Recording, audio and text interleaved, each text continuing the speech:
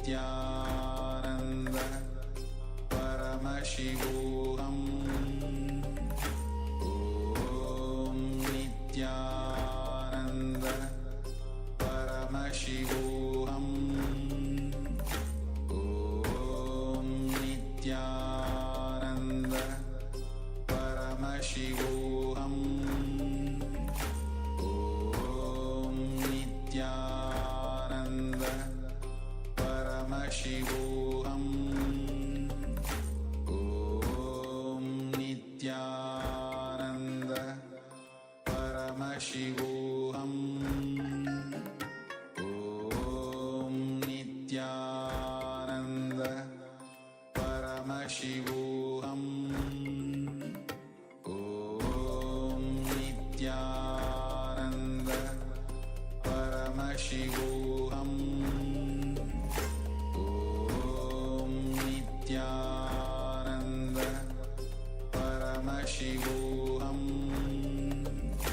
Om Nityananda Paramashivoham Om Nityananda Paramashivoham Om Nityananda.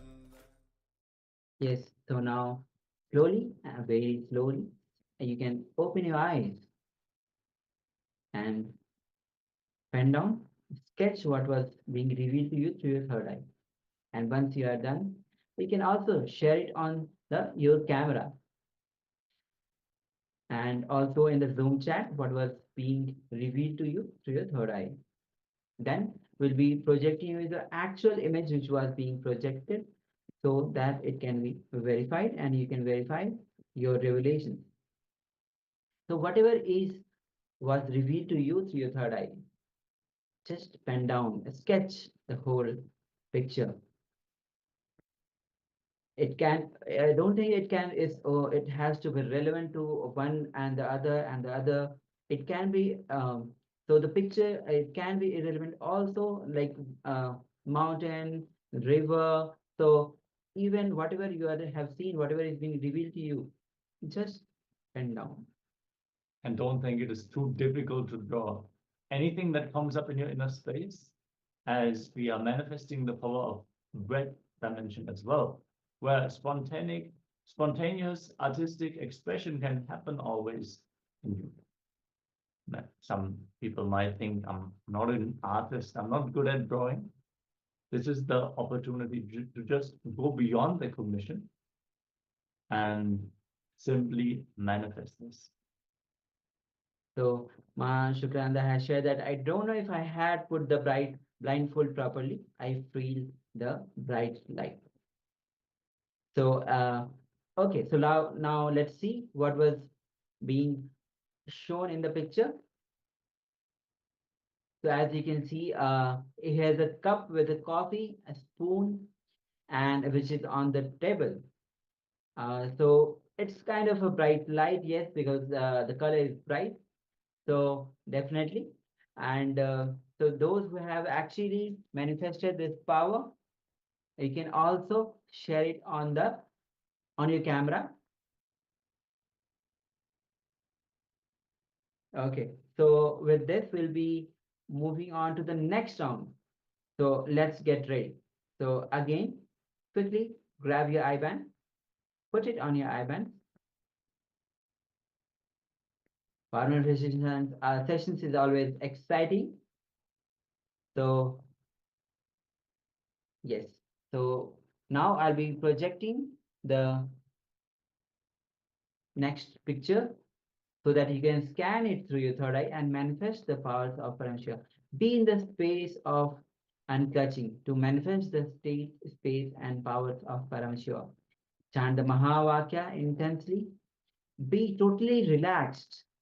Let the Paramashivoham flow through you. Do not apply your logic. Let the third eye reveal to you. So close your eyes if you haven't and apply the IBANs on your eyes. I request all the Zoom participants, all the YouTube participants and people on the other social media. Let's manifest this power. So now the next image is actually being projected to you on your screen now. So let's begin.